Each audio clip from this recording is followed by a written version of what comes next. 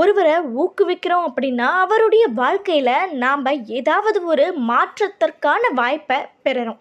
அதுவே ஒருவரை குறை சொல்கிறோம் அப்படின்னா அவருடைய வாழ்க்கையில் விளையாட போகிறோம் அப்படின்னு தான் அர்த்தம். அடுத்தவங்களோட வாழ்க்கையில் விளையாடக்கூடிய உரிமையை நமக்கு ஆண்டவன் கொடுக்க, நம்மக்கிட்டேயே 1000 குறைகள் இருந்தாலும் அடுத்தவங்களை எப்படி நம்மளால் குறை கூற முடியுதுன்னு தான் தெரியலை. ஒருவர்கிட்ட இருக்கிற குறைகளை விட அவர்களுடைய நிறைகளை பார்த்து அவர்களை மேலும் ஊக்குவிக்க வேண்டும். குறை காணும் உலகில் எதையும் காண இயலாது.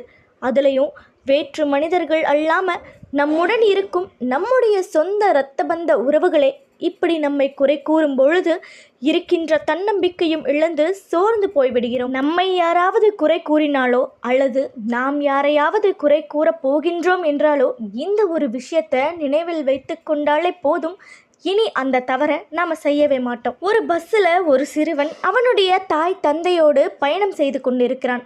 ஜன்னலோரமாக அமர்ந்து கொண்டிருந்த அந்த சிறுவன் வேகமாக செல்லும் பேருந்தில் இருந்து வெளியில் நடக்கும் வேடிக்கைகளை பார்த்து கொண்டே வந்து கொண்டிருக்கிறான். திடீர்னு கைகளை தட்டி மரங்கள் எல்லாம் நமக்கு பின்னாடி செல்கின்றன அப்பா என்று ஆரவாரம் செய்ய தொடங்கினான். இதை பார்த்த மற்ற பயணிகள் அவன் மனநலம் பாதிக்கப்பட்டவன் என்று நினைக்க தொடங்கினாங்க. சிறிது நேரத்தில் மேகமெல்லாம் நம்மோடு சேர்ந்து வருகின்றன என்று மீண்டும் கையை தட்டி தன்னுடைய மகிழ்ச்சியை வெளிப்படுத்தினான்.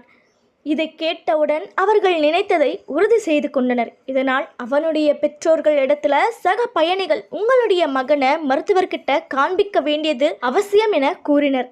அதற்கு ஆமாம், நாங்கள் இப்பொழுது மருத்துவரிடம்தான் சென்று வரோம். ஆனால் மனநல மருத்துவர் அல்ல, கண் மருத்துவர்.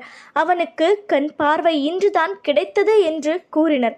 இதுவரை தாங்கள் பார்த்தது கேட்டது நினைத்தது எல்லாமே தவறு என்று புரிந்து கொண்ட மற்ற பயணிகளுக்கு இனி யாரையும் என்னவென்று தெரியாமல் குறை கூறக்கூடாது என தெரிந்து கொண்டனர். நாம் பார்க்குறதையும் கேட்குறதையும் வச்சு ஒருவரை குறை கூறினா அவர்கள் மனதளவில் பாதிக்கப்பட்டவர்களாக மாறுறாங்க. இதனால நாம் பாவம் செய்தவராக மாறுறோம். ஒருவரை குறை சொல்கிறதுக்கு முன்னாடி நமக்கு அந்த தகுதி இருக்கா என்பதை பார்க்கணும்.